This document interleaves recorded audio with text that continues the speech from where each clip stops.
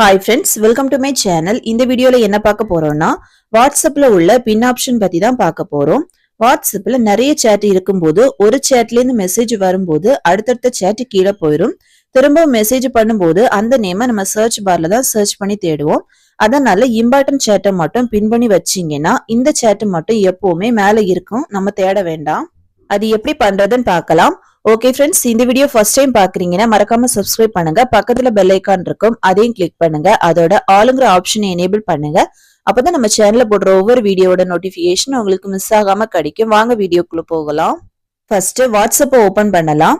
Next பின் பண்ண வேண்டிய important chat long press பண்ணலாம். நெக்ஸ்ட் டாப்ல பின் ஆப்ஷன் இருக்கும், அதை கிளிக் பண்ணலாம். இதே மாதிரி 3 இம்பார்ட்டன்ட் சேட் வரைக்கும் பின் பண்ணலாம். இந்த பின் பண்ண சேட் எப்பவுமே மேலதான் இருக்கும். எத்தனை சேட்ல இருந்து மெசேஜ் வந்தாலும் கீழே போகாது. நெக்ஸ்ட் இதே மாதிரி ஒரு சேட்ல உள்ள இம்பார்ட்டன்ட் மெசேஜையும் பின்படி வைக்கலாம்.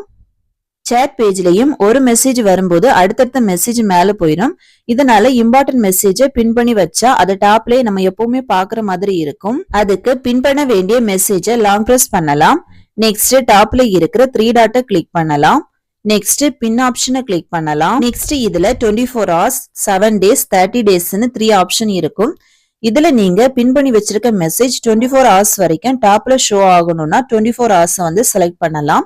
7 days ஷோ ஆகணும்னா 7 days செலக்ட் பண்ணலாம். 30 days ஷோ ஆகணும்னா 30 days செலக்ட் பண்ணலாம்.